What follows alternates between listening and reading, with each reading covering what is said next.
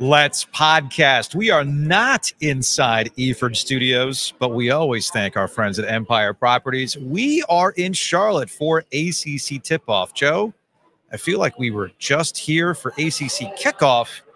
What is time? A flat circle, sir. And honestly, I can't believe I'm saying this, and don't tell Josh Graham from WSJS, who's sitting right next to us. It couldn't have come at a better time, ACC Tipoff, if you think about it. Yeah, given the weekend that was in ACC football, the distraction of a Cooper Flagg, the distraction of an RJ Davis back for Carolina, the NC State completing the alpha and the omega of winning the first ACC tournament and now the last. So hope springs eternal when it comes to basketball. And it's good to see some of the new faces here too. I mean, I geeked out at meeting Kyle Smith. You did. I even had to explain to him like a Bond villain, hey, man, I don't know how squeamish you are with gambling talk, but you won me a bunch of fucking money when you were the coach at Columbia. And to this day, I still owe you a little bit of a gratitude. And hold on. I want to make this clear. This is when they were in the CIT? No, this was he was underselling it. They were awesome that year at Columbia. You got to remember, Columbia is never good at anything.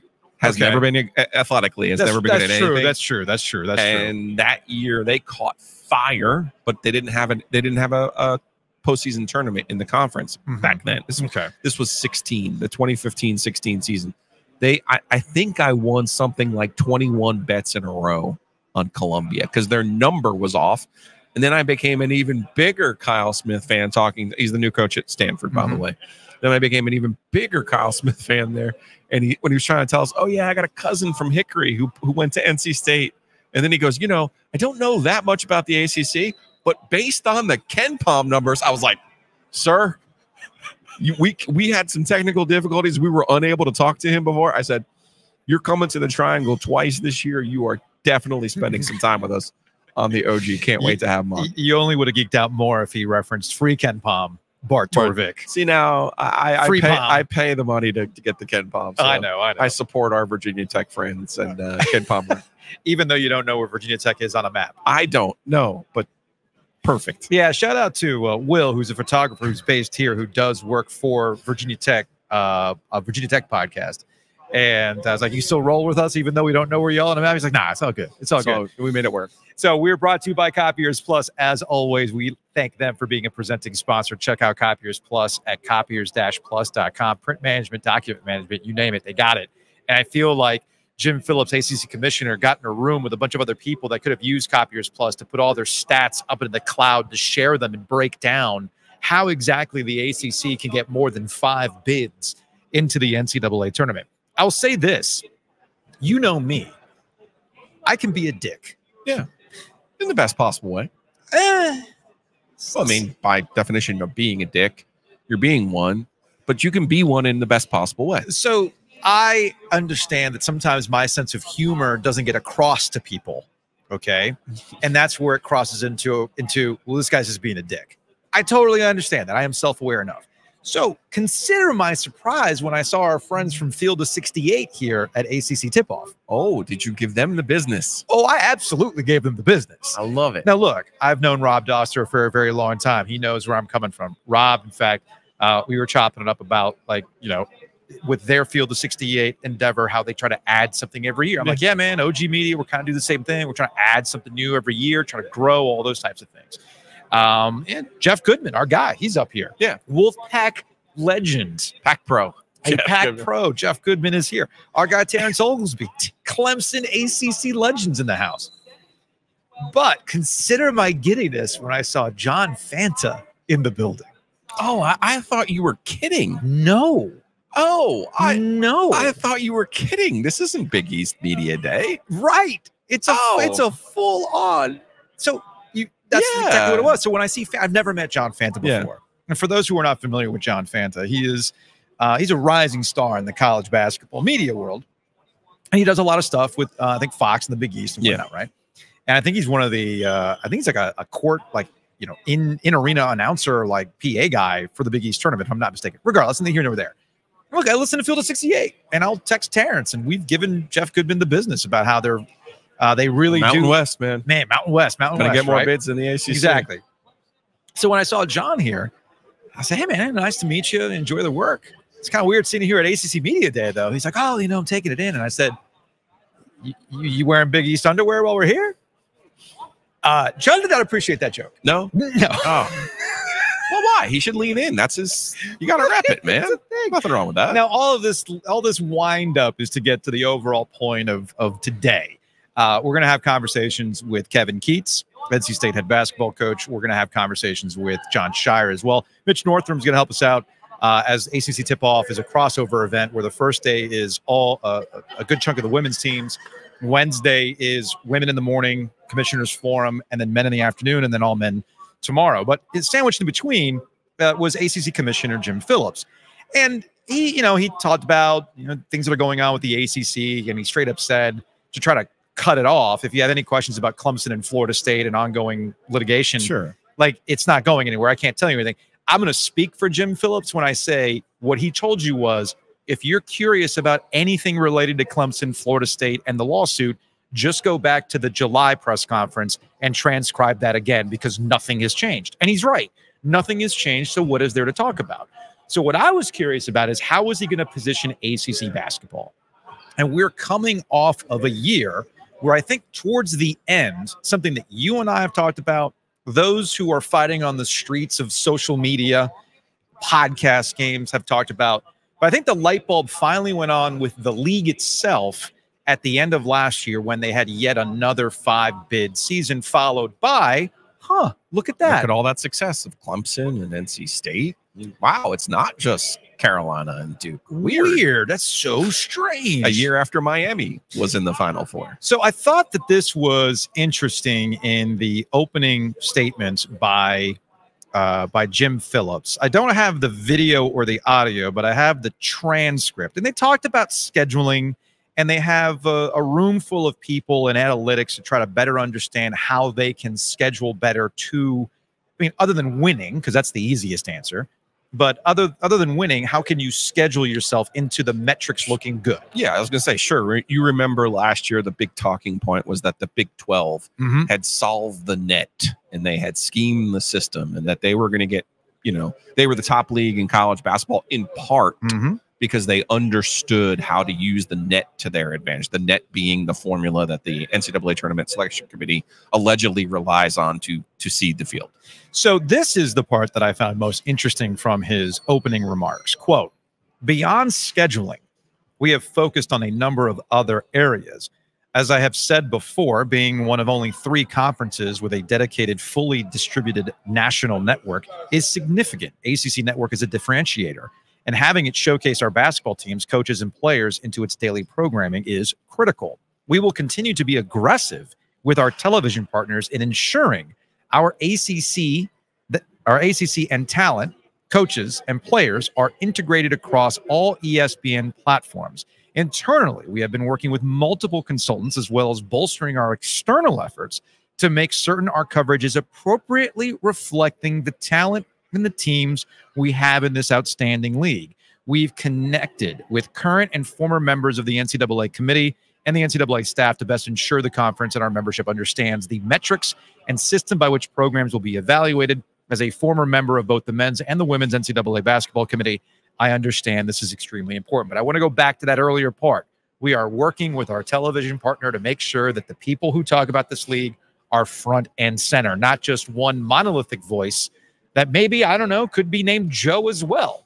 But I thought that was probably the most interesting part. It's like what we had argued last year might actually be implemented this year. Yeah, our number one complaint with Jim Phillips as the commissioner has been about expansion. And number 2 has been about not being front and center and being vocal for not only Florida State last year in football, but basketball-wise, the last few years, it felt like they were just kind of sitting back and thinking, oh, well, our brands will carry us. Our Hall of Fame coaches will carry us. Well, now you're out of Hall of Fame coaches. Okay. And your best coach, the one with a national championship, just so happens to be like allergic to the media and just, devoid of any interest in promoting the conference, and Tony Bennett at Virginia. So how do you go about this? Well, I think you started by saying the field of 68 was here. Well, they're here because of Duke today. They're here because of some access to Duke and Jon Scheyer. Now, Cooper Flagg's not here today, but he is the biggest story in college basketball. He is the story. Okay. So I would love, they should have brought him here just to talk to Fanta so Fanta could tell him how great the Big East is. And I'm a little bit, now, if I saw Fanta, I would ask him how great Marquette is, because NC State took care of Marquette in the NCAA tournament last year. Marquette, supposedly like the greatest, UConn, no doubt now. Let's leave no doubt here. UConn was the best team in college basketball last year. Of course, no doubt. But there was a lot of talk about Marquette and Creighton and whoever else, and it was like, well, no, guys, you were kind of UConn and the other dwarfs, okay? But just by having them here, a positive step, because somebody reached out to them. Yeah, they didn't come here on their own. Yeah, ESPN and having the platform and understanding how to frame this season. You don't pin it all on Cooper Flagg, but you gotta make sure that you're well positioned. I think maybe the year with Zion it could have been done a little bit better from a promotional standpoint. In what sense? They were caught. They had him, and they had the president, and Obama at the game and everything else. But that should have been think about it in the SEC. Think about SEC football. Sure, and we know every single storyline about SEC football. Yeah. To Jim's point about their television partners and how it works. You have to put yourself in a position where you are hammering these talking points. And I think the ACC, as I mentioned, Miami, Clemson, NC State, you got a lot of different variety of programs that have had success in the NCAA tournament.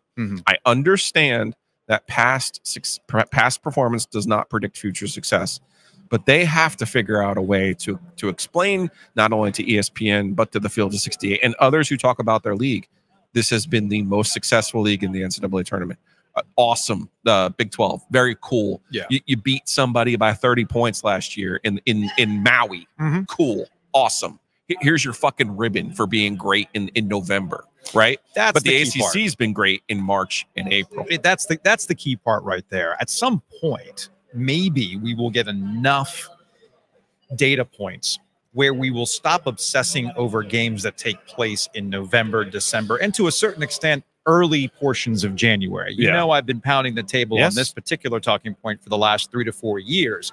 If we recognize that the inherent nature of college basketball is different because the rosters are changing every freaking year, well, then we have to understand that it's going to take a little bit of time for these teams to come together and gel. Sometimes it literally takes until your conference tournament, NC State, or February with Carolina and Brady Manick that year. It's a legitimate thing at this point.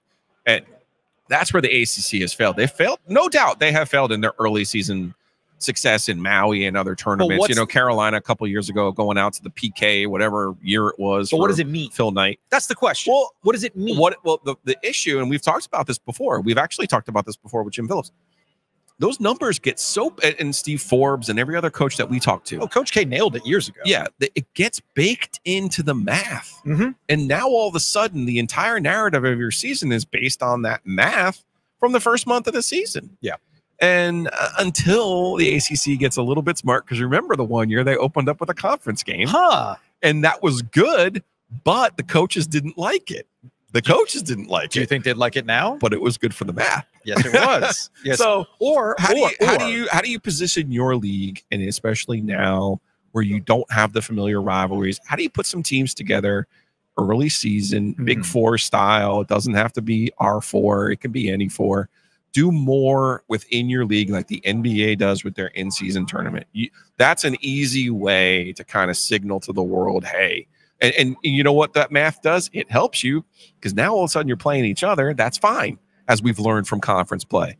We've talked about before, when should that ACC SEC challenge be positioned on the calendar? It should be later. You and I both agree. It should be the last week of January, first week of February.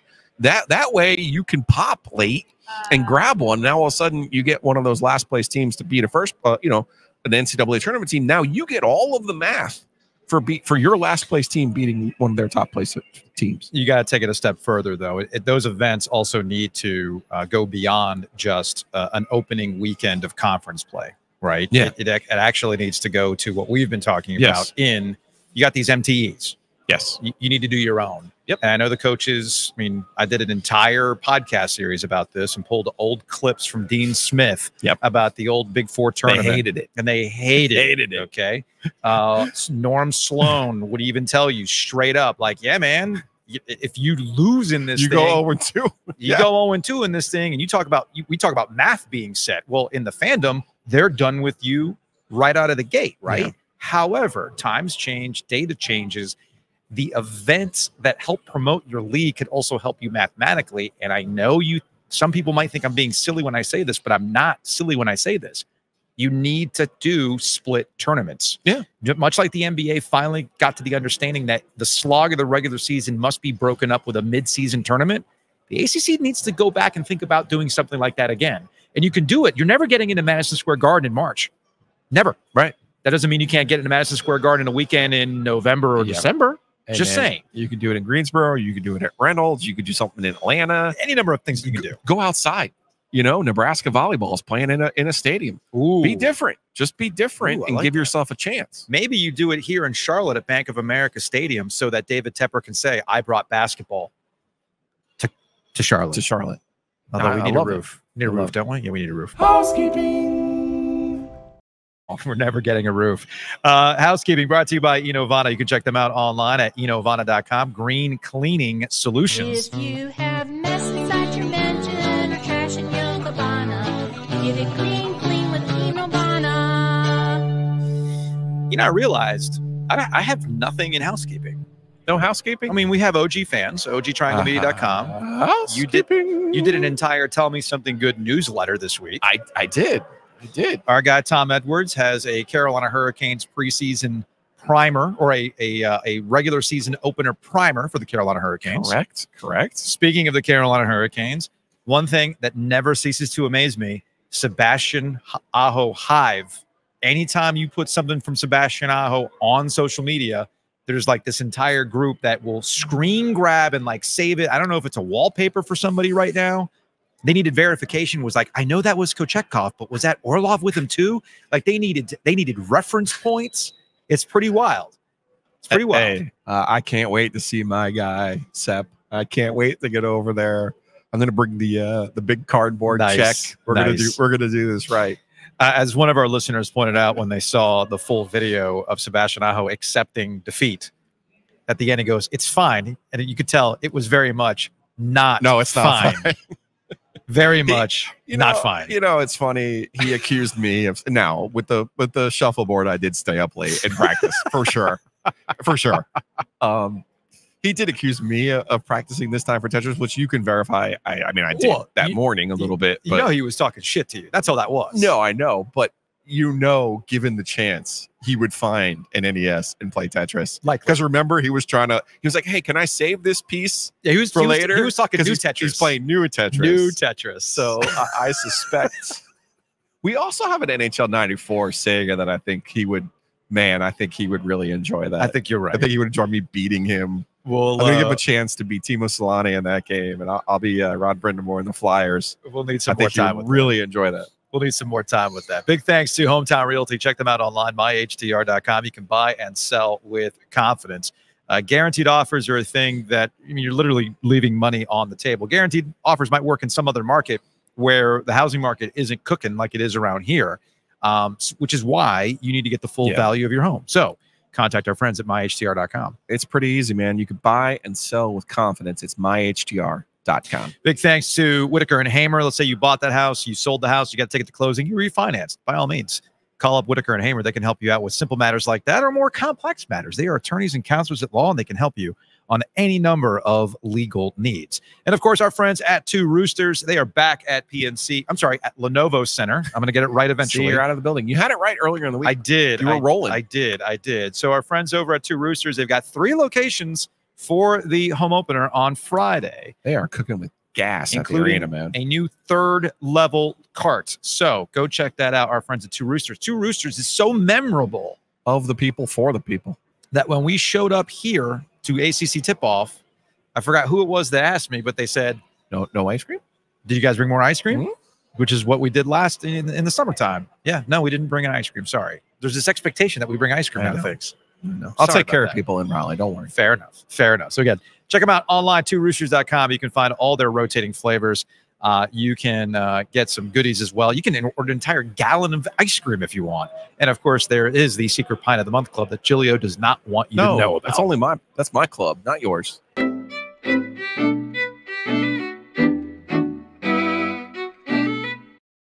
Joining us on the Heister Automotive Group hotline at ACC Tipoff is the ACC champion, Kevin Keatts, head coach at NC State. Has a nice ring to it, doesn't it? It has a great ring, Joe, and thank you guys for having me on. Joe, do you have a gift for Coach already? I have gifts. Okay. I do. I got multiple gifts for you. Yeah, this is great. Anytime that Joe's giving me gifts, I'm all in. Okay.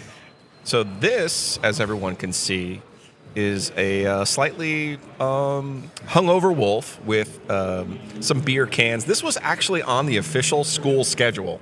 Really? In 1973 and 74. And how did you get this? I have friends. I have connections. Okay. Now, normally, NC State makes their fan base look like this for bad reasons. For the first time, though, in 40 years, you made the fan base look like this for good reasons. So congratulations. All right. Thank you. That I is hope a everybody sticker. can see that. You use that in your office, wherever you need to use that, it's yours. Oh, look. I have another one. I'll put that on my computer.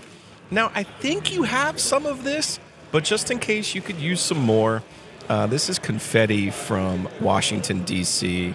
I don't know. I would give you 5 pieces, but I feel like you earned more than that. So here, well, that's for you as well. This is great. And I can keep all of this. That's all yours. All right. And I have another gift for you that we'll give to you after we play 5 questions. How about that? That's great. Okay. I'm good. Hey, and thank you for the gifts. This is very thoughtful of you. I'm not sure that this was your idea, but it was, actually. Okay. No, right. we're here for you, man. Okay. You're there for the people. We're here for you. Thank you. Do you know the genesis of that graphic design with the off-brand PBRs and all that stuff? No, tell me. So that's when NC State was last running hot. It was like what, the 73, 74. 73. That was from is this Pabst Blue Ribbon on it? Oh yeah. It was on the official school calendar, like that poster that they'd give out. Yeah, like you see on Hillsborough Street, right? Football and basketball season. Yeah. This is great. I love it. I love this. I believe that's actually a capture of Giglio in Phoenix. That's what I was going to say. Is this Joe in Phoenix? I'm pretty sure. Or DC. DC he was a little rough too now. Now, if you go back, actually, the roughest, if you go back and watch the Elite 8 after show that we did from the Rialto with a whole group of people, I don't remember parts of it, actually. I really don't. I somehow managed it. Now, look, all of this is to say, it's been a long time since NC State has experienced something like that in basketball. This is what people have been, begging for, right? So now that you've had some time to kind of marinate on that run in March and how people reacted to it, what was your biggest takeaway? Yeah, it's so special now that I've had a chance to look back at it, because it was for everyone, and you look back at it and everyone needed it. When you look at the fan base, I got so tired of hearing 30 some years no championship for football, baseball, and men's basketball. Are you talking about the text from Giglio? No, he was part of that too. Oh, okay. And so, because that sounds like a talking point I've heard on the podcast a few times. And that was special. I've had a lot of folks come up to me and just say, man, how special it was. We've heard our grandparents talk about it. I had grown men crying. Our players who took a lot of heat, along with myself, but I more worry about those guys towards the end of the year. So it makes it even more special to take a team that was number 10 and pretty much everybody had wrote off, rightfully so. Yeah. And at the end of the day, to be standing there cutting those nets down in D.C. after beating who we beat to get there, I think it was special. I think it's great for our school. So I think it captured a lot of different people that kind of needed it. Like, it was like, didn't know when it was going to happen. Certainly the way our season was going, you would have never expected it to happen with this group. Yeah, the first half of the Louisville game, I was like, Kevin, what are we doing here, bud? And for this group to be able to do it, I think it's great. And so that's what makes me, I'm in the business, Joe, because of the fact that I accepted the job, that I wanted to serve young men and help them get better. But I also said, when I took the job, that I wanted to win the championship, and we did that. And I think that was good. I'll say this, and look, I try to be as transparent and honest about things. And the first time you said that you stuffed the stuff, I've been doing this a long time, and I laughed. I'm like, oh, Keatts, man, bless you, man, because you ain't the first one to say that, and it never ends well, right?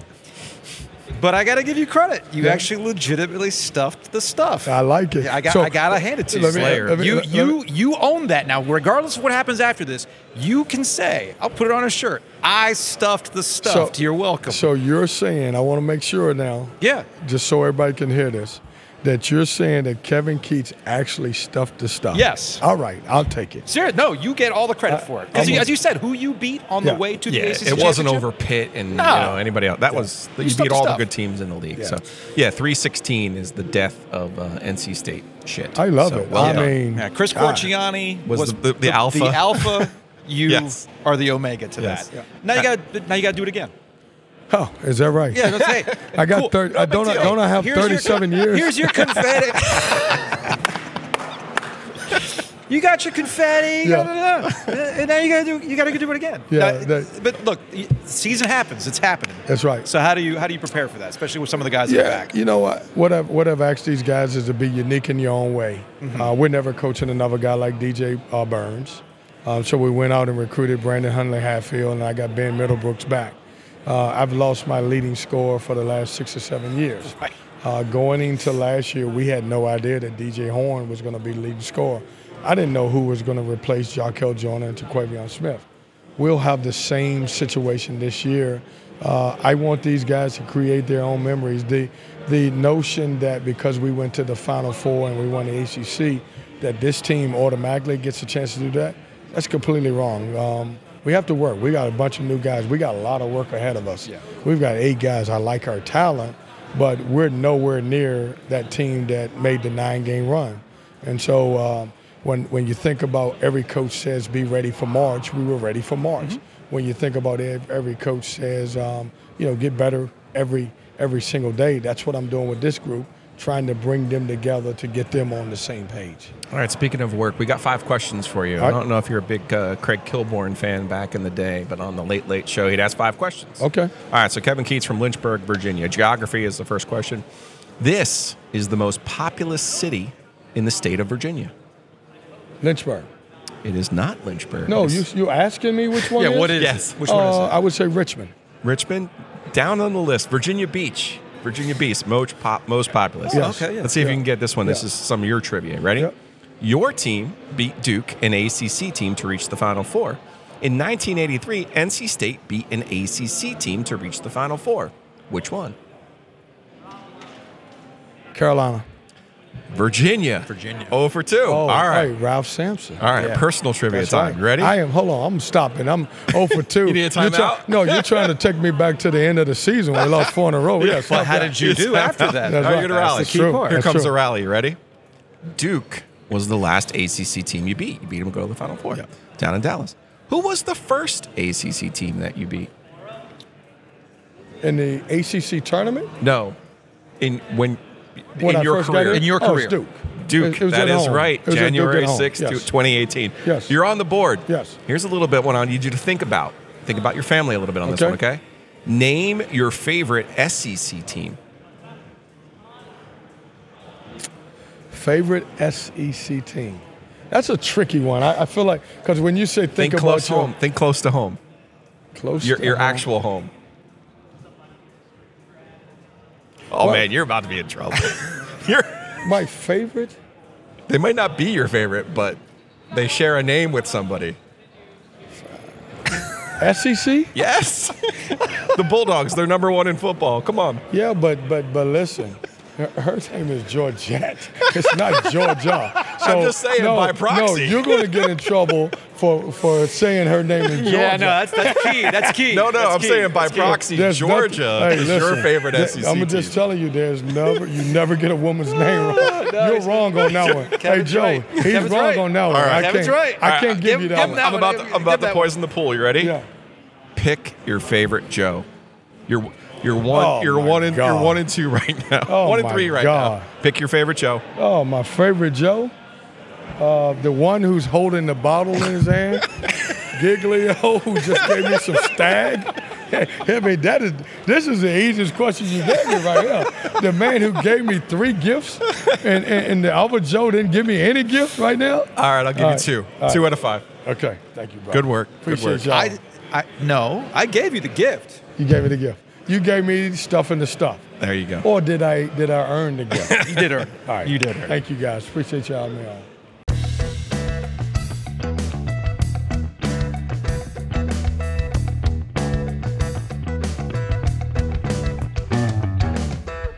Joining us on the Heaster Automotive Hotline from ACC Tipoff is Mike O'Connell. They're making you wear the jersey the entire time? Yeah. Rocking the jersey the whole time. Whole uniform. I was going to say, at ACC kickoff for football, they let you wear suits. They ain't showing up in their Pick your jerseys. outfit, yeah. Yeah, like, Oh, to do no, what you- yeah, I don't know. They just told us to wear a jersey. Okay, no, fair enough. I feel like you're just stepping off the court in D.C. after Yeah. a big shot. That's Yeah, what it yeah, is, yeah. right? All right, how many times have you seen the shot? I couldn't give you an exact number. It's been a lot though, for sure. Hundreds, thousands, Probably hundreds. hundreds. Yeah. Okay. Hundreds. Now be honest. Yeah. Come on. Yep. Did you think that was going in? Of course. Have you ever released a ball that high in your life? In game, I don't know. Maybe Okay. not. But I had to get it over his hand. At so the he tail, had yes. to compensate. Yeah. Okay. Well, I mean, I'm not saying it was lucky. I'm just saying you had a unique form for that particular shot. Yeah. That's all. I love it. I love it. He's critiquing. How do you like that? You just got Giglio here critiquing your shot. Fair enough. Yeah, that's all that matters. Look, I can tell you, too, that he was so surprised that the stood shot up. went in. He stood up on press row. Okay. It's not every day that you know, look, man, we've seen a lot of basketball in our time. Yep. And every so often something will happen when you're just like, you realize, like, what the hell did I just see? Whether it's Zion in a block or a dunk or whatever. Mm-hmm. My thing is I usually just lean back and I just laugh. And that's exactly what I did. I just laugh. Like, how did that go in? Now, I was trying to figure out how they were going to wave it off, or if they were going to like claim that he stepped out of bounds or something. yeah, that's I NC mean, State stuff, but NC Yeah. State stuff is now dead. So I guess we talked to your coach about this from a player's perspective. Look, man, you get back on campus, it's a party. Everybody's telling you how awesome all this stuff is, but it's back to work now. Mm-hmm. So and it's not the same group, obviously, but there are some carryover effects. So how does that? Is that gone? Is it done? It's like, all right, that was my fun. Now it's time to get back to work. How do you process that? Yeah, I think the coaches have done a great job of helping us flip the switch a little bit. Because Coach Keatts definitely, he wanted us to enjoy those moments. You know, he didn't want it to be like, as soon as the game we lost against Purdue, just be like, all right, next season. He's like, go enjoy it, understand what you accomplished. Like, it's a pretty big accomplishment. But I think when we came back for our summer workouts, when you have a bunch of new guys, obviously we don't have the same group. We have some returners, but the flip switches, like, we need to start working for the next season. Mm-hmm. There's, you know, it's still enjoy all the stuff like that comes with the winning and the moments, stuff like that. But at the same time, we need to lock in because you want to do that again. Like, you want to be an ACC champ again, go back to back, and obviously make it to the Final Four and hope to win it all. And that doesn't just happen, you know, out of the blue. It happens when you put the work in and you work towards it. So I think a lot of the guys, especially returners, understand that a lot of the, you know, things we went through and effort we put in practice and, you know, when no one's watching, helped us get to that moment. So it was a pretty easy transition to, you know, kind of get back to work. when you lose the DJs and you lose the top end of your offense. But you mentioned the guys returning, you, Jayden, and Ben, and you look at the experience that you guys have.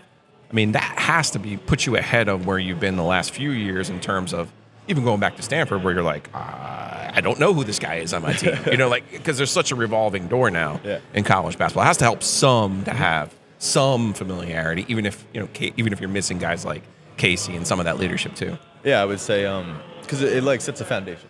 You know the guys that are obviously returning, you went to war with them, went to battle with them. You know what they're about, and especially when times get tough.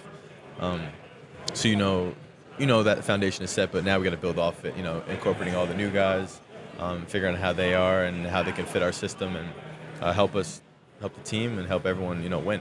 So I think that's big for us, is just having those returners that played significant minutes, played in big time games, and had that experience of winning to just set the tone. You just met us, but what is your confidence level that how you're going to do in this Giglio 5 questions trivia? I don't know how confident I feel right now. Because Jon Scheyer got 3 right. Your coach, Kevin Keatts, only got 2 right. Okay. All right. Now, these are all unique questions that I've created for each person. Okay. All right. You ready? Yeah. All right. Let's do this. First question is always about geography. Mm-hmm. You are from Long Island, yes, sir. the island. Billy Joel grew up in this Long Island town. It's crazy. I knew you were exactly going to ask me about this. And it is, I believe, Oyster Bay. Oyster Bay. They can claim Billy Joel, but Hicksville is the correct answer. He has where a he grew song. Up. Where he grew up. He has a I song think he has a house called too out Billy the Kid Okay. that he references from Oyster Bay. I'm going to have to double check. You on gonna give him this. half a point? I'm going to give him half a point Half on this a point? because in the song it basically makes it sound like Billy Joel is from Right. Oyster Bay. I mean, growing up, that's what everyone, Oyster Bay. All right, we'll give you a half a point for And that. I also know this, having been to several Billy Joel shows, you're invariably going to walk away and some older mom's going to say, yeah, I dated Billy back in the day. Everybody's got that story. All right, you ready for this one? True or false? You made more 3-pointers in the postseason than you did in the regular season. True. Trick question. False. You made 15 during the regular season and 15 in the postseason. Okay. You see? Yeah, that's See, okay. That's pretty wild. So 2 questions can go either way so far. Right, Okay, right. okay. So Now you're picking it up. This is classic Joe. Okay, by I the way. Now you're picking it This up. is classic Joe. All right, here's question number 3. And you're going to guarantee to get this one right, I think. I hope so. You ready? Yeah. How many free throws did Isaiah McNeely miss last season? Last season? Yeah. I'll accept 2 answers here. In the whole season, The how whole much did he season. miss? Okay, well, I'm going to go 5. 5? I'll accept 5. Okay. He missed 9 the entire year. Okay. I would have also accepted the one that mattered. Oh, that's what. The biggest one. Okay, The biggest one. That's all that mattered. All right, so here's one that you may or may not get right. Okay. Name the best athlete in your family. In my immediate family. Yes. Okay, not including uncles or anything. No, just okay. your family. Immediate family. Your nuclear family. Okay. There's only one answer on this one. I'll give you a hint. It's not you. Okay. Okay. My mom.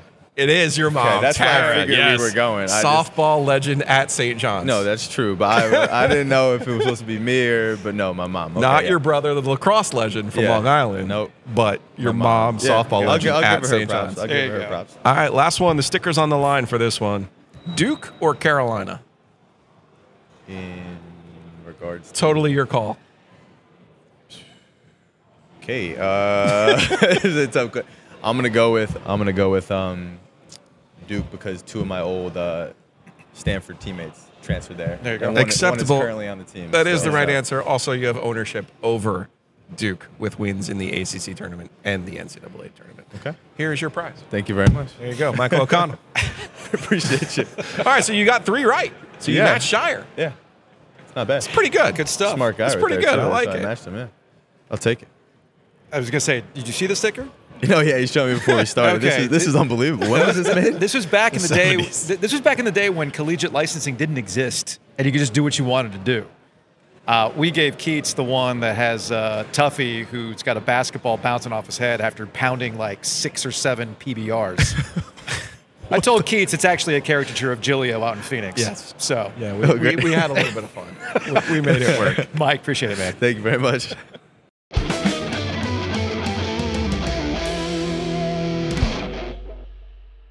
Joining us on the Heister Automotive Group hotline from NC State, he's Jayden Taylor. So at this point, does it become like people coming up to you on campus and going, man, that was pretty cool last year? Yeah. I get a lot of that here and there. A lot of that, yeah.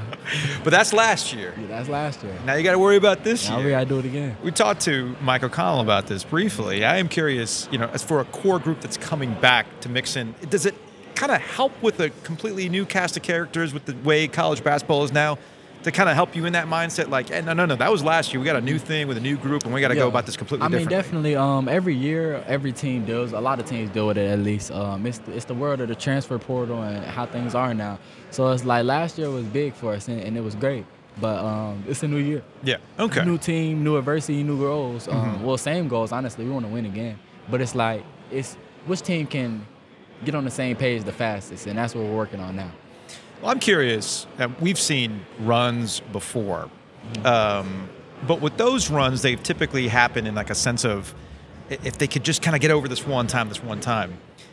You guys kind of hit a low point before you even got to the ACC tournament, and as a locally based podcast and YouTube and things like that, a lot of fans were not happy with where things were going. For sure. But how much of that did you hear going into DC? Yeah. Was it something that was just kind of like in the background? Where was that? You hear it. I keep it in the background. That's just something I do personally. But like you definitely hear a lot of the negative things and the hate.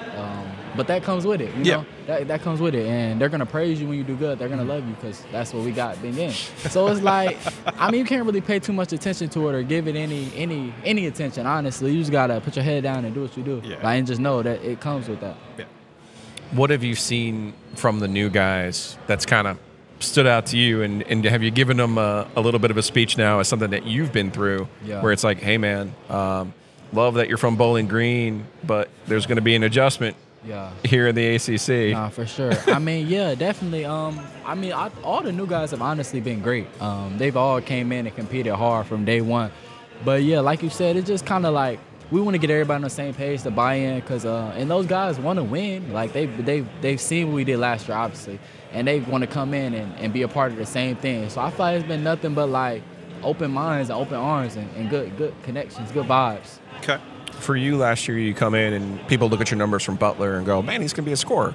And then you were like the team's best defender, and I think that kind of did it take a minute for you to figure out what your role was and how you could best help the team to win? Definitely. I say it definitely did. Coming in, obviously, that's what all the talk was. But, it was what the team needed best to win at that point in time, man. I'm a team player, so I'm just going to be the guy that does whatever the team needs to win without having to throw a pity party or anything like that. No pity parties allowed. Jayden Taylor, NC State. Hey, man, we appreciate you sitting down. Have fun this season. We'll see you around. Thank you. Appreciate All that. right, man. Thank you, Jayden. Thank you.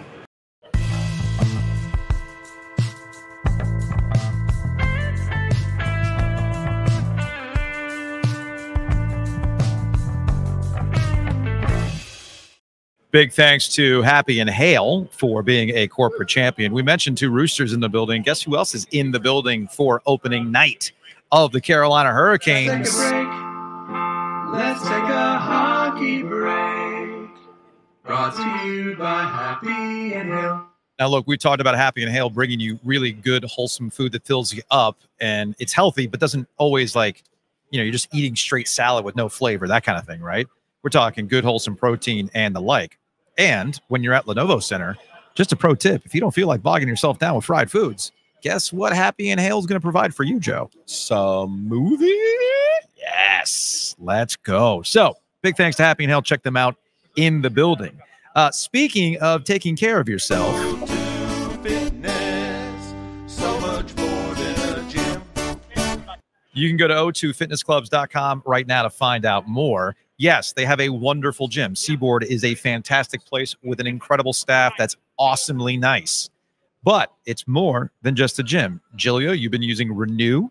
There's also Loop Nutrition, which can help you with a meal plan and the like. So we're talking about a whole experience with our friends over at O2 Fitness. So check them out online at O2fitnessclubs.com. A lot of different options for how you're going to take care of yourself. But it's not just short-term solutions either. Because I've been through it all, man. Chiropractors, acupuncture, you name it. But at some point, you have to try to get to the source of your issues. And physical therapy, believe it or not, is a great way to do it. So check them out. Like I said, Seaboard's my home base, but they got Briar Creek, they got Durham. So they got Cary. They're kind of sort of all over the place by design. Also, big thanks to Roback. Check them out online at roback.com, RHOBACK.com. Use that promo code OG20 to save 20% off your order. As we were walking around the building, somebody did ask you, so like, are you officially sponsored by Roback? You always have Roback on. They're my people. They are your people. Yeah. I mean, what else is there at this point? I will say this, even though they are a corporate champion, I am convinced you would be wearing them regardless because you love a comfy hoodie. I mean, they have the best hoodie. They got the best golf shirt. You got the best pants. You've got the shorts. I haven't made the leap to the shorts yet. Well, it's officially hoodie season, so I'm going to have to get my Roback hoodie into the rotation. You wear hoodies year round. I'm not that guy. Big shouts to Zach, our guy. It's like, hey, man, I don't know if you have the sweatpants yet, but they're phenomenal. Ooh. I was like, sweatpants? Me? Did you? Okay. Did you say? I'm intrigued. I am intrigued. Big thanks to Matt Davis over at State Farm, InsureGarner.com, VOGinsurance.com, or you can call him directly at 919-779-8277. I am looking forward to our Halloween spectacular at State Farm in Garner. You know, Matt's a long-suffering Duke fan, so I'm happy for him that he finally has something to celebrate this year. Yeah, that's awesome. That's great. Matt's been a season ticket over there forever and season ticket holder over there forever. I know he's really looking forward to having a year. Maybe it's not a 1-for-1 like Zion, but man, it's starting to feel that way about the build and the hype. And I really think Jon Scheyer did a smart thing this time around, going into the portal, not chancing this thing, realizing it's good to have good freshman players, but you have to have some older players too. So just as there's some hype and excitement about Duke football, Duke basketball, there's some hype and excitement about Matt Davis and State Farm. All you got to do is call him. Save yourself some money. Speaking of Duke, you want to talk to Jon Scheyer? I do. Let's talk to Jon Scheyer, shall we?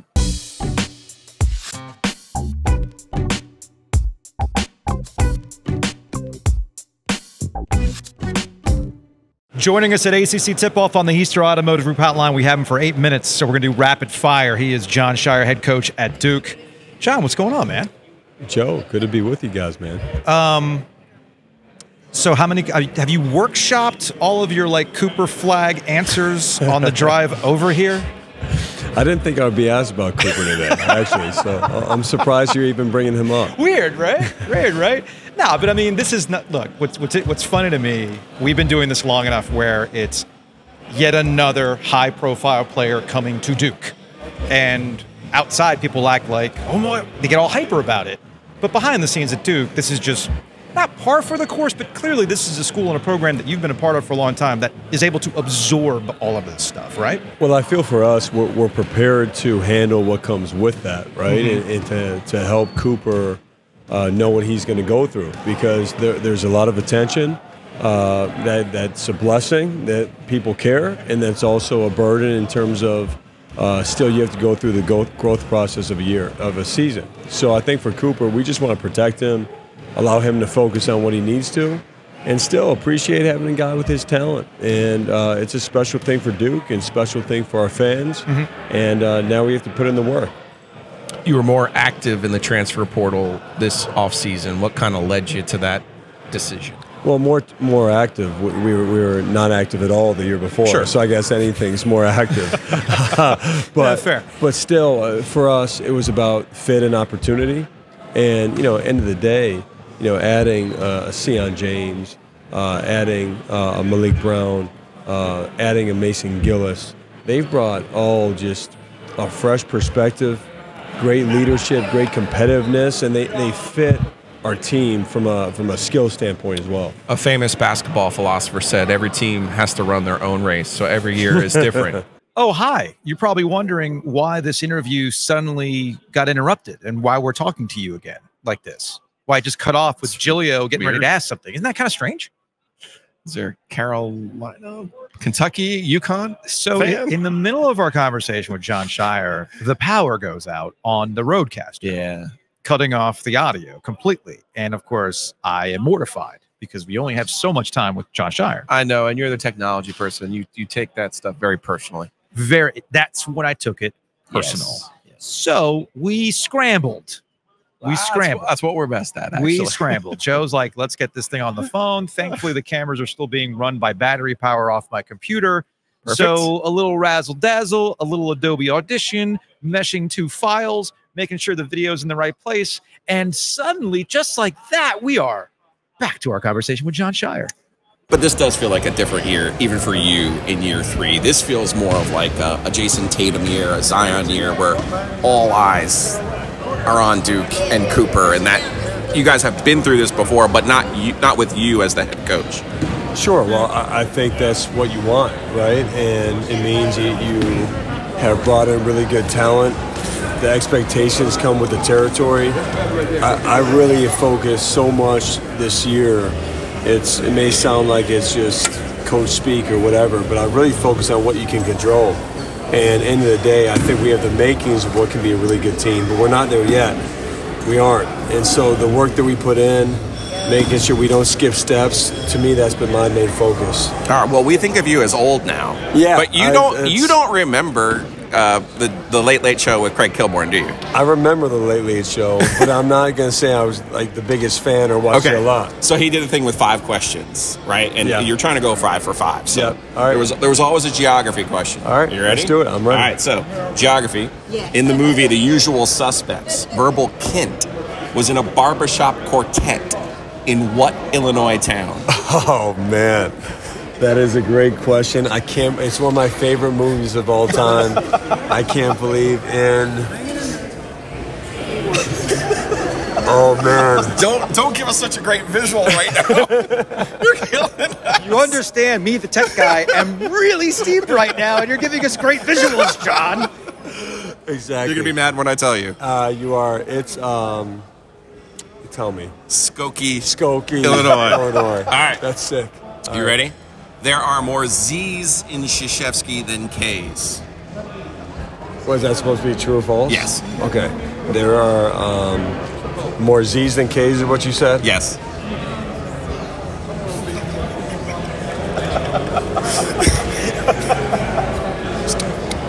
False. False. That's right. There's 2 and 2. Perfect. Took me a while to, I have a thing I've always done to spell it, but anyway. Here we got a little bit of a needle here for you. Ready? True or false? UConn is a blue blood. I don't get into what they are. I don't know. No, you got to answer the question. True or false? UConn is a blue blood. They're blue, so true. They are. Okay. Do you like that? All right, here we go. Everyone knows J.J. Redick is the leading scorer in Duke men's basketball history. Who is second on the Duke career scoring list? Johnny Dawkins. Johnny Dawkins. All right, now, here's the one I was hoping to stump you on. You ready? Yeah. TV Teddy Valentine and John Cahill worked the 2010 national championship game. Who was the third official? Wow. Whoever it is going to be mad at me because I'm not going to answer it. So I don't remember. You're safe. He's retired. Tom Eads. All right. All right, so you did not get Skokie. You got Krzyzewski. I'll give you credit for UConn. That's 2. You got Johnny Dawkins, 3. So 3 out of 5. Is 60% good? As a 3-point shooter, yes. Yeah. ACC wins, yes. I'll take it. I'll take it. And before we say goodbye, because when you sat down and we brought up the Daily Show, you're like, oh, now we're like aging me. I am curious, assistant head coach, who's the recruit that finally made you feel like I'm an old guy now? A bunch of them, a bunch of them have made me feel that way. I think Cooper, to be honest with you. I mean, Cooper, I'm well over twice as old as he is, but just when you start getting into the years they're born. Yes. All of a sudden, and literally it's 08, 07, like, all right, I was in college at that time. Yes. Yeah, that's the part that messes with me because I have a 16-year-old and I realize, wait a minute, this guy's just 1 year older than my old. Oh no! Exactly. It's real, man. It's real. I'm telling you. And so I even though I know I'm younger, I'm still feeling like I'm getting up there.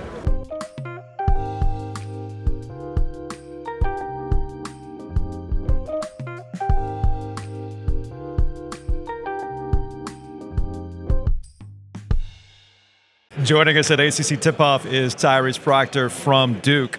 Did you workshop? Like, did you and Caleb workshop all like the Cooper Flagg questions you were going to get today? I mean, he's a great player, so we knew it was gonna come. All the questions were gonna come to us.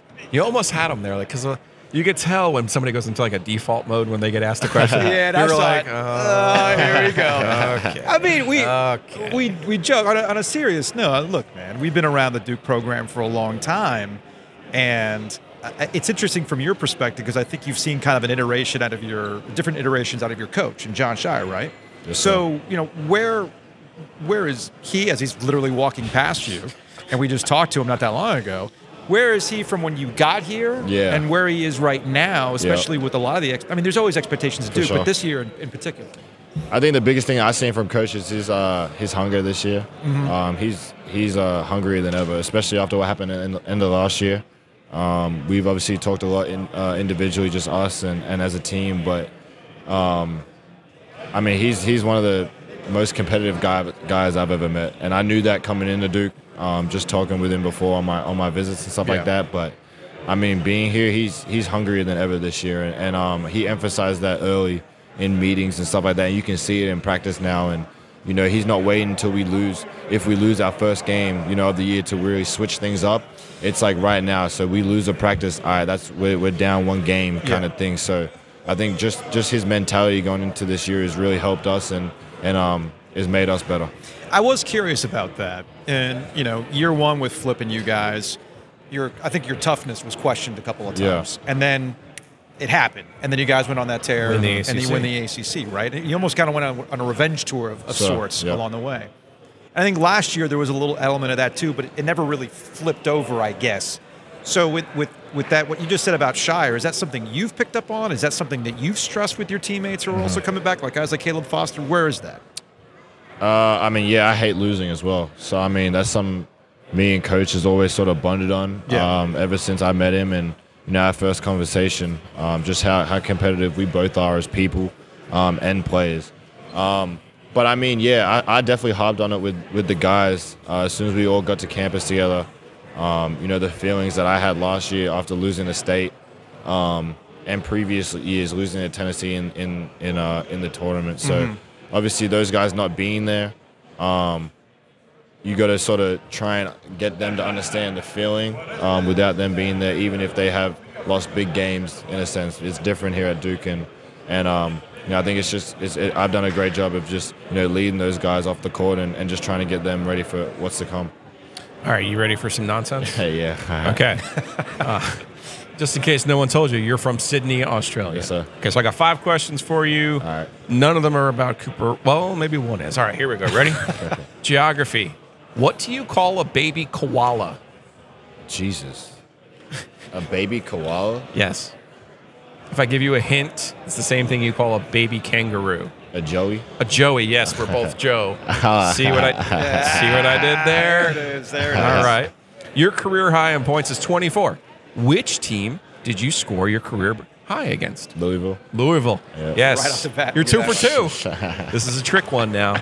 You wear the number 5. Yeah. Who is the best number 5 in Duke history? The best? Or the just best. guys that have worn 5? Nope, the best. The best. Who else is? I only know Rodney Hood, Paolo, RJ. I mean, those are all great answers, but not the right answer. No, I didn't. Because Tupac only wore one person's jersey. 5. He's the coach at Pitt. You might see him. On the. Jeff? Yeah. Cable? The best. I'm not giving you credit for that one. You already had 2 right. Hey, look, it was his Twitter avatar for a long time. I'm just saying. I got 2 more. The better color blue, Carolina or Kentucky? Just color? Yeah. I mean, probably Kentucky for all. It's closer to yours. Yes. Yeah. All right. Yeah. All right. What holiday do Americans celebrate on June 14th? June 14th. I don't even know this one. You didn't know it? No, I was like, what do you think? What is June 14th? If he doesn't know it, then. What's on June 14th? This is a trick question. The Canes didn't win the Stanley Cup on the 14th. You've been asked a lot of questions about a certain teammate this year. Oh. A certain Cooper. What's his last name? Flag.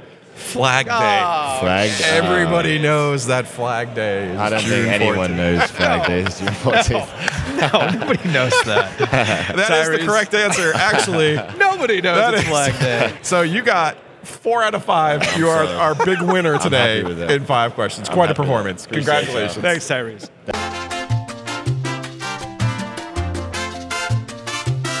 Joining us on the Heister Automotive Group hotline from Duke, he is Caleb Foster. I joked with Tyrese. I joked with Jon Scheyer. Did you have your talking points ready about Cooper Flagg on your way over here? I mean, I knew it was something that, he's getting a lot of hype out of him. But he's a humble guy, and he deserves all he's getting. I mean, he's worked extremely hard over the summer, and he's really special. It's interesting, from our perspective, being around Duke for a long time, it's, all right, here's this next group, here's this next guy, those kind of things. But from a player's perspective, do you just care, man, does this guy want a ball? Does he have that competitiveness? Like, what is it? Like, what does he bring, or what does he match with you guys into this group that you have now?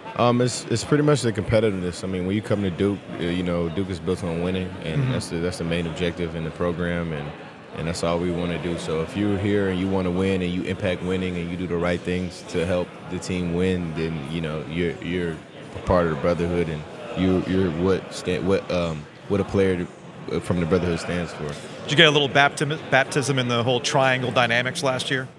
Yeah, a little bit. Yeah. What'd you think about that? I mean, I'm sure you're not thinking of state. All right, like, let's just be real. You're not thinking of state, but you're in the triangle for a little bit now. Yeah, you kind of know about that, right? I mean, it's wonderful. I mean, like, we all got 4 great schools. They're all high-level basketball schools. And, and it's crazy that we all are close as that we are, and then we all have the success that we do. So I mean, I think it's phenomenal, man. We just got to keep competing against each other, and I'm excited for the season to go head to head with those guys. I guess you get to market too, like, oh yeah, Wake. We saw what happened with Wake. Okay, fine. State got us in the elite. Okay, and the ACC game. Okay, fine. We got you. A little circle, right? Bragging rights, but we'll address that when the times come. Now we're ready for our first game next Saturday. All right, Caleb Foster, are you ready for some shenanigans? Yes, sir. 5 questions. Are you ready? Yes, sir. The first one is always geography. You were born in Harrisburg, North Carolina. Yes. There is another more famous Harrisburg. It is the capital of which state? Pennsylvania. Pennsylvania. Ding, ding, ding. 1 for 1. Give him the bell, Joe. All right, now. You went to Notre Dame High School. Yes, sir. When famous Notre Dame High School alum Giancarlo Stanton began his baseball career with the Miami Marlins in 2010, he went by this first name. I have no clue. Do you know who Giancarlo Stanton is? I've heard of him, but no, not really. Okay. In fairness, how long were you at Notre Dame High School for? 1 year. 1 year. Okay. There you go. Okay. Give me a break on that one. I feel I should know him. The star of the OC, Rachel Bilson, also went to your high school, so I didn't know which one you would know more. Nah, I don't know either. Neither. I was going to say, you're aging yourself with the OC as well. That's an ancient show, man. All right. He went by Mike Stanton. All right. I have faith in these last 3. You wear the number 1. Who wore the number 1 for the Blue Devils during the 2010-11 college basketball season? Kyrie Irving. Kyrie Irving. That is correct. Yeah. 2 questions right. All right. Last 2. Spell Scheyer. Scheyer. That is correct. You now have 3 of the 4. Let's close this out. Spell Krzyzewski. KRZY.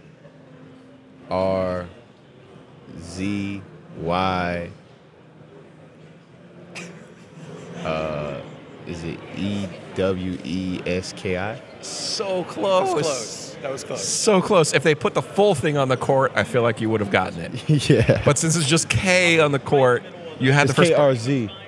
That is true. KRZ YZ EWSKI. Like, I had it. It's okay. It's okay because John, you gave him the question. There is more K's than Z's. Yes. True or false? Yes. It's the same. 2 K's, 2 Z's. So he didn't even know. He didn't even know. You got 3 of 5. I mean, that was pretty good. Yeah, it was fair. I could do better. I'm gonna come back next time. Next time, yeah. I'll brush up maybe. What's your preferred high school? I mean, is Notre Dame still the preferred high school? I like Oak Hill a lot. Oak Hill. Okay. But Notre Dame is. I'll get you a good Oak Hill next time. Okay. Right. Yes. How's sir. that? Yes, sir. Caleb Foster, appreciate the time, man. Thank you so much, man.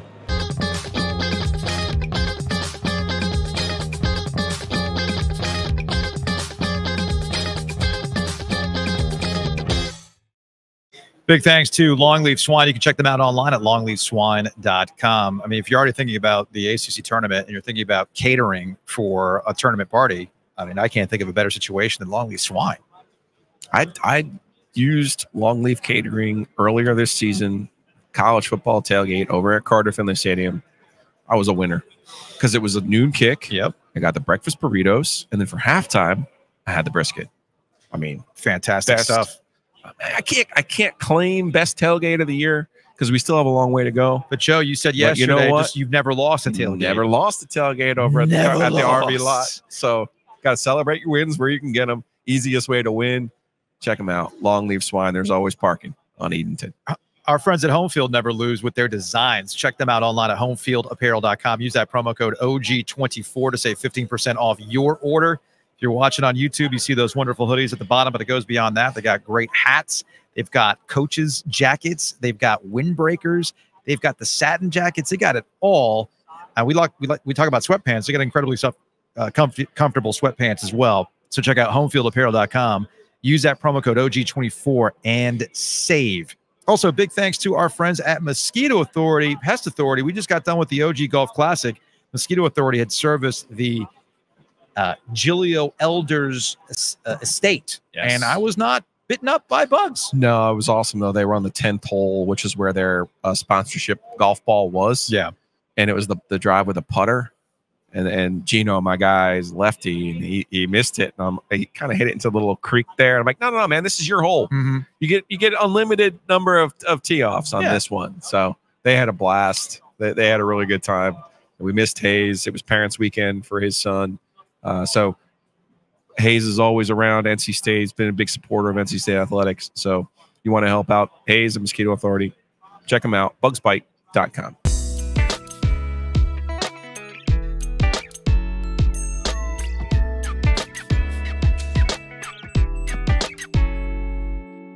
Joining us on the Heister Automotive Group hotline at ACC Tipoff, he is Mitch Northam. He helps us with women's college basketball. And it's interesting, Mitch, I like what the ACC did here. 3 days of ACC Tipoff, with Wednesday being the crossover. Women were here in the morning, the men here in the afternoon, just kind of like blending together what has been a strong conference on both sides of this game. It's been good to see. Yeah, there's been a good turnout here.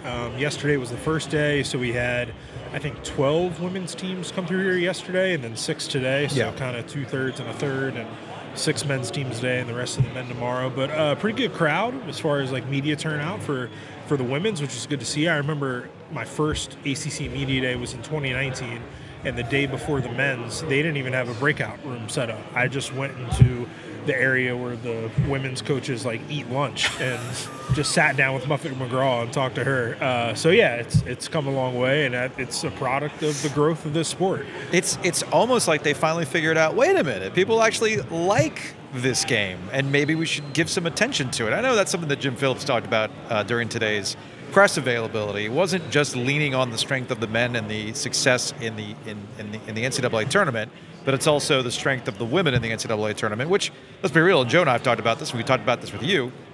The women's game has been the more compelling product the last couple of years. Yeah, it has. That's why I asked Jim Phillips in the press conference, what can the men learn from the women in terms of getting teams into the tournaments consistently? Is it scheduling? Is it marketing? Is it the profile of team? What is it? For whatever reason, the women haven't had this problem of reputation that the men have had getting into the NCAA tournament. Last year they got 8 in, and Miami was left on the bubble, could have easily had 9. This year, because the Pac-12 fractured and you have this powerhouse in Stanford in this conference now, you might see 10 ACC teams in the NCAA tournament this year. That's a realistic thing that could happen. There's been a couple different teams to go to the Final Four in the past couple years.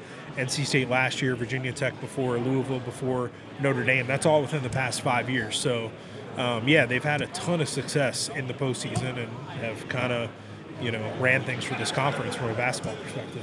Who will be the first ACC women's coach to call up Jim Phillips and say, who invited the Shark? Who invited Stanford? Are we sure this was a great idea? I think some of them did last year at Media Day. Kenny Brooks was one who I remember was like, man, now I got to deal with Stanford. Like, I already got to play State and Carolina, and, so, yeah, Stanford's addition is going to be interesting. They don't have the star power that they've had in years past. They don't have Cameron Brink and Kiki Iriafen and Hannah Jump, but it's still Stanford. It's still a team that goes to the NCAA tournament every year, and Tara Vanderveer's not there anymore. New coach in Kate Pay, who was Tara's understudy for a long time. Yeah, they're still going to be good. They're going to steal a couple games here and there, and they're going to go to the tournament, and they probably have some recruit that none of us know about right now that's going to be really good, or they have some player who's just been on their roster who's been developing and will come out of nowhere and average 20 and 10. And, yeah. Okay. So locally, what should we make of Carolina? I saw Deja Kelly had posted on her Instagram, I think it is. I saw it on the socials. Yeah. And some people, I don't know if she was trying to react to something or if she was just trying to clarify why she left Carolina. What did you make of that information this week? My read on it was it sounded like, Deja Kelly is an incredibly online person. I think when you're someone who capitalizes off of NIL the way that a lot of these college athletes do, you have to be online. You have to read all the stuff. That's your platform. That's where you make your money by, doing TikToks and Instagram and stuff for these brands. So I think it seemed to me like she had read a lot of criticism and stuff out there as the reasons to why she left Carolina, and then felt like she had to sort of validate what she did for the program, so to speak. There was some of what she said that was true and some of that I don't agree with. There was this whole thing. I think the thing that caught everybody's attention was the fact that she was like, I carried this program on my back for 4 years. Some of that's true. Deja was the first big-time recruit that Courtney got. Yeah. And I think a lot of people forget, what the state of the program was when Courtney inherited it in 2019 after Sylvia Hatchell, after everything that went down there. Program was in a really bad spot. Hadn't made an NCAA tournament in a while, hadn't won tournament games. Lots of players transferred. Deja Kelly was the first top 10 recruit to say, I'm going to go to Carolina. I want to win here. I want to be here. And, it's supposed to be a 4-year career, right? This extra 5th year is just this extra thing that we have through COVID now. So she did her 4 years there, and then she wanted to go somewhere else and went to Oregon. And I think, Deja committing to Carolina started all these other good players committing there too, like the Sierra Tumis, who had to redshirt last year, but was the number 4 player in the country. I guess the question would be, you talk about that extra year, right? Yeah. And if you're a cornerstone of the program at Carolina, typically you stick around. I mean, all you got to do is look at the men's counterpart to see. I mean, if Armando Baycott changed his name to Fernando, I don't know, Acock, I have no idea, in honor of the dorm, over at Carolina. So he's Fernando Acock, and he grew out a mustache, and he got a different hairstyle. People are like, hell freaking yeah. He'd try to pull it off. RJ Davis could have gone some. He could have gone. All right? I mean, the Caleb Love situation, that's the outlier in all of this, right? So I view Deja in the same situation as you're a cornerstone of what Courtney Bangert was trying to rebuild here at Carolina. Why is she gone? I guess that might be the reason why people were like, well, wait a minute. Because that's how, how Carolina people can get about these types of things. Tar Heel for life. Right. Even Caleb Love with all the we're sitting here having this conversation, folks, before you even comment on YouTube, before I get the tweets. Yeah. I know. I see you. But that's not what I'm getting at. What I'm getting at is even a guy like Caleb Love leaves, and it's nothing but love. So what's going on here? I think, being around the team a lot last year, I could kind of sense that Deja wasn't going to come back. Okay. Now, I didn't know whether or not that meant she was going to enter the draft or whether or not she was going to go to a 5th year somewhere else. But she was going to graduate, and then it was going to be what it was. I think that her and Courtney had a really good relationship, but they both just kind of came to a point where I think it's best we go in our separate ways. Directions, yeah. Yeah, I think that Deja had kind of outgrown Carolina a bit. I also think last year was really mentally taxing on her. Not only all the social media stuff, but she had to play a ton of minutes last year because they finished the year, the last 8 games, I think, with 2 scholarship guards. So she was playing 40 minutes a game. The year didn't go how she wanted to go. So, I think she wanted the ball in her hands a little bit more. She's going to get that at Oregon. Oregon's kind of going through a little bit of a rebuild, so she gets to be the star there still like she was at Carolina. But it's also a different thing. And Kelly Graves at Oregon has a reputation for developing guards and getting them to the league, which I think is also another thing that Deja wants. Okay. So yeah, I think it was like kind of an all sides agreed upon. Gotcha. Like, this has been great, this has been fun. Thanks for the 4 years, but we should go our separate ways for the best of both. You know, Courtney talked to me about it's better for Alyssa Utsby's development for her 5th year to play a year without Deja. Okay. So, you know, I think that matters too. I think it's better for Carolina, and it's also good for Deja that they parted ways. So NC State's going to back-to-back, right? Both teams? Well, the big question with NC State, I don't know about both teams, you know, but on the women's side, I think on the men's side, they don't have a lot of returners. Am I right about that? So on the women's side, they do return, you know, the 4, I should say, really good guards. You know, Isaiah James is back. Sanaya Rivers is back. Madison Hayes is back. Zoe Brooks is back. They added another really good freshman guard, you know, highly touted recruit in Zamira. The question for NC State is going to be that front court. You know, Wes, as we all know, likes to play this, you know, 4-out, 1-in system with a really dominant center. Last year, that was River Baldwin, you know, Mimi Collins at times. Both of them are gone. I think the player that they wanted to step into that role is Caitlin Lemar, who was the Patriot League Player of the Year last year, 6'4" grad transfer. Wes said yesterday she's dealing with some health issues. It sounds to me like that 5 spot for now is going to be kind of by committee. So I don't know who's going to step up.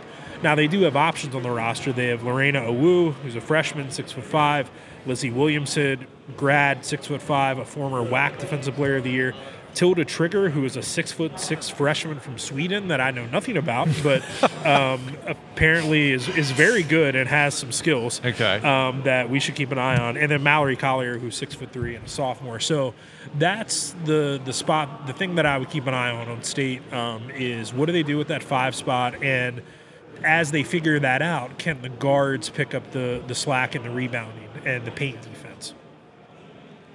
Yeah, I saw Wes at the UNC Health Championship, and I said, "You got those guards back?" He's like, "Yeah." I go, "Oh, you'll be fine."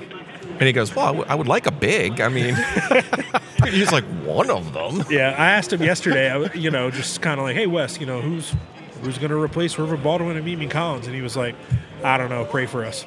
There you go. Did he also say pray for the Cowboys too?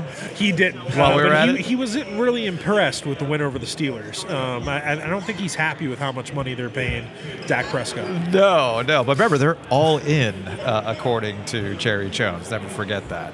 And I guess to close out the triangle trio, I feel like because of where Courtney Banger's got the program, where Westmore has NC State's program, I feel like Duke's a little bit under the radar. I feel like there's been some rough waters that have been navigated, maybe? I think Duke is undercovered because of, frankly, Carol Lawson's relationship with the media. Yeah. You know, they don't always make players available. They don't always do the things that all the other teams do when it comes to coverage. You know, but they were really good last year. They made the Sweet 16, which not a lot of people expected. You know, they went into Ohio State in the first round, won there, went to the Sweet 16, and really tried to drag UConn into their hell, you know, with the defense and with, you know, just smothering. So they were really good last year, and they're probably going to be pretty good again this year. They have 4 starters back, 81% of their scoring. And I know we're talking a lot about Cooper Flagg and, like, the hype that he's going to bring. But the women also have a freshman who I think is going to create some hype. Her name is Toby Fournier. Okay. She was the best player from Canada. She's a 5-star recruit, 6'2", and dunks with ease. Nice. Right. Already has NIL deals, you know, with the trading cards and stuff. Sure. Before even, you know, taking a dribble in a Duke uniform. So she's someone that is worth keeping an eye on. Okay. Do you like Mitch's polo? I do. Do you get the references?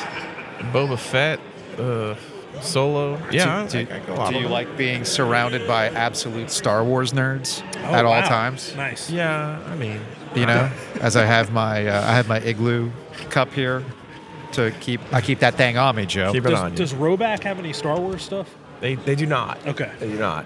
You know, we got to talk to Ben about a licensing deal, perhaps. Oh, boy. If you want me to get tell you what, you want me to wear a polo, I bet you. No, you're not allowed to wear a polo. If you put little TIE fighters and X-Wings on there, I would absolutely, like, just a print of the Millennium Falcon, I'd be all about that, man. Let's go.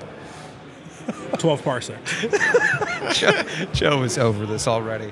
All right, Mitch, we appreciate the time as always. I have a feeling we'll be doing some more stuff with you this upcoming basketball season. Yeah, looking forward to it. Yeah, I don't want to give too much away. But you don't want to break news on the OJ? I mean, is it official yet? I don't think we're ready yet. Not ready yet? Okay. But yeah, just give it to John Swafford then. Just No, not really. Not really. We'll make the announcement over at Sedgefield. That's what we'll do when we track him down at Margaritaville, where he avoids us. All right, man. We'll talk to you later. Appreciate it.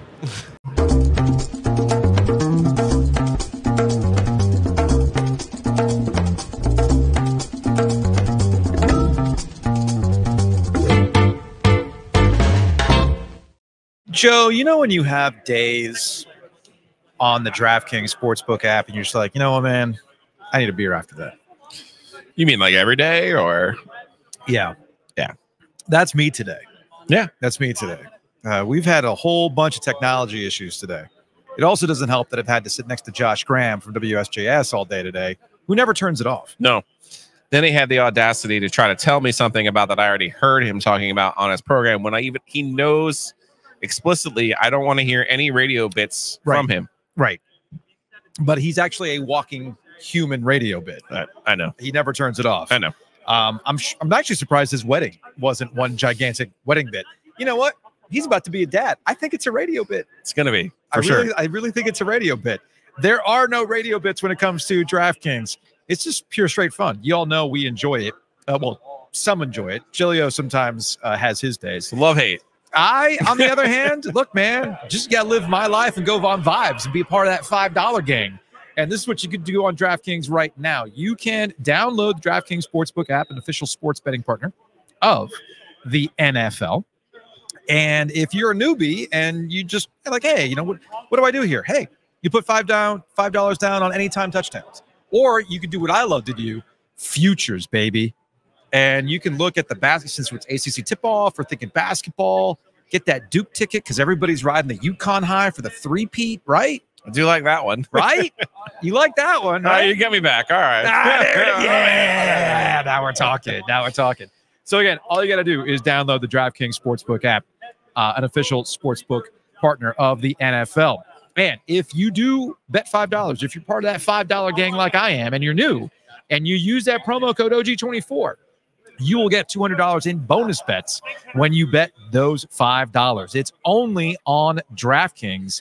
The crown is yours. Gambling problem? Call 1-800-GAMBLER. In New York, call 877-8-HOPE-NY or text HOPE-NY 467-369. In Connecticut, help is available for problem gambling. Call 888-789-7777 or visit ccpg.org. Please play responsibly. On behalf of Boot Hill Casino and Resort in Kansas, 21 and over. Age and eligibility varies by jurisdiction. Void in Ontario. Bonus bets expire 168 hours after issuance. For additional terms and responsible gaming resources, see dkng.co/FTBall.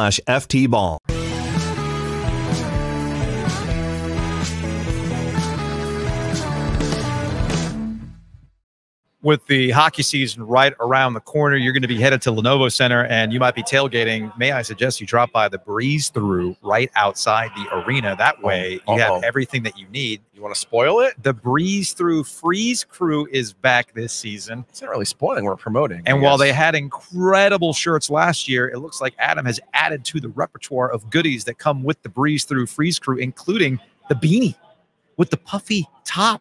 Are you kidding? I want one. I need one. That Breeze Through logo is sharp. It is. We got to talk to Adam about his beanie supplier. We might have to come up with our own, an OG one. He might. Yeah, that's a winner, man. Yeah. I love it. Freeze Crew. They got coffee. They got tailgating supplies. They got snacks. You name it. Oh, by the way, gas. Download the app. Download 76 app to save yourself your gas. We've been talking about never losing that tailgate. One way to make sure that you win the tailgate and you dominate and you're the #1 seed going into the tailgate playoff is our friends at the Butcher's Market. Check them out online at thebutchersmarkets.com. They have prepared stuff already marinated to make it super easy for you. Burgers to throw right on the grill. And, of course, they have prepared meals to eat at home. So check them out. I'm going to keep hammering this until somebody shows it to us on socials. And that is? They have catering. Yeah, now. Get the catering. Okay. Get the catering. I mean, we got all kinds of holiday parties coming up here. You got Thanksgiving. I don't know about you, Joe, but the day before Thanksgiving is always like a big day at our house. Yeah. You know what I would like? to not have to do like all the crazy cooking 2 days in a row. That'd be nice. Do yourself a favor. Go to thebutchersmarkets.com. Check out their catering options. It's all great stuff. Big thanks to Nature's Relief, naturesreliefhempstore.com, RELEAF hempstore.com. You know what I could have used after the power went out on the Roadcaster? Yeah, you could have used the chiller. It threw you off your feng shui off a little bit there. It really did. I could have used the nowadays that 5 ounce shot. Yes, I could have used that one like ASAP or whatever. It's a 2 ounce shot with 5 milligrams. Baby. I would have been all about that for sure. So big thanks to Nature's Relief hempstore.com. You can check them out again. Nature's Relief, RELEAF hempstore.com.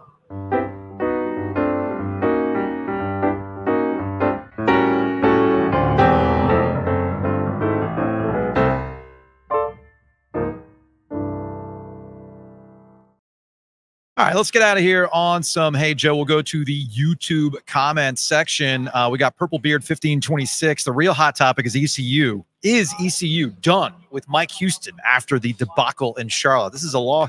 0-2 against Charlotte now? Yeah, it's one thing to lose to State, earlier in his career and then 22. It's another thing to lose to App State, who's had tremendous success. It's an entirely different ballpark to be behind Charlotte in the in-state pecking order. I'm as someone who's been fired in their career, I don't advocate for people being fired, but I do think ECU's reached the point where they're probably going to move in a different direction. This came from Pac-Man03. Now is the time for State fans to show Dave a level of loyalty that he's shown us. He spent half a career managing our quote-unquote middle-class football program with class and competence while winning at an above-average clip. Moreover, he's invested himself into our community well beyond his job description. This is a lot of talk about, there's a lot of talk about throwing out the door midway through a disappointing season. I think people are just reacting badly. Yeah. He's got job stability. Cooler heads will prevail. Yes. The Joes have told us how to stop being a middle-class football program. Now some folks need some advice on how to make peace with it. Yeah, I can see that. From David Sand. Yeah. I mean, look. I'm saying you kind of have to accept that they're a middle-class football program. Yeah, and once you do hope that, the best. Yeah, once you do that, you'll be a little bit more centered.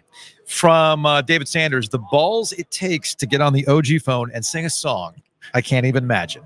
Way to go, champ. All right, so I'm gonna give our singer a mulligan. We're gonna get this one right, okay? Because there was a lot of beverages involved. Clearly, that our person has communicated to me. I see. The lyrics have been sent to me. I see. So we're gonna make this. We're gonna give him a round 2 on this. We'll have to set it up. To be fair, I also edited it down to a much more palatable, snackable size because I think it was like 3 minutes. We're gonna get it right. Who is the guy?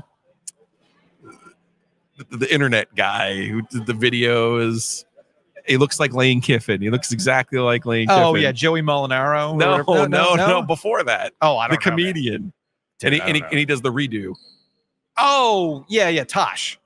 Yeah, Tosh. Daniel Tosh. Daniel Tosh. He brings people on like, we'll do that with our mystery singer. Because the lyrics are an A+, as I texted him back. C- on the execution, A+ on the lyrics. From Jess, the way Aho said it's fine at the end tells you how very much he was not fine with that outcome. From Paul, if Giglio thinks he has problems with the IRS now, he's not going to like how the IRS will view his Aho check. Yeah, that's a very good point. Yeah, man. That's a very, very good point. That is an excellent point. And we will get out of here with Mike. Giglio is the full complete circle move to fire Dave Doran and hire Matt Canada as head coach. Hey, man, I've been waiting for my guy to get that perfect move-up opportunity. But I think it has to be bigger than NC State, though. All right, folks, we'll be back here at ACC Tipoff tomorrow. We're scheduled to talk to Steve Forbes of Wake Forest and Hubert Davis of Carolina. We'll see you then.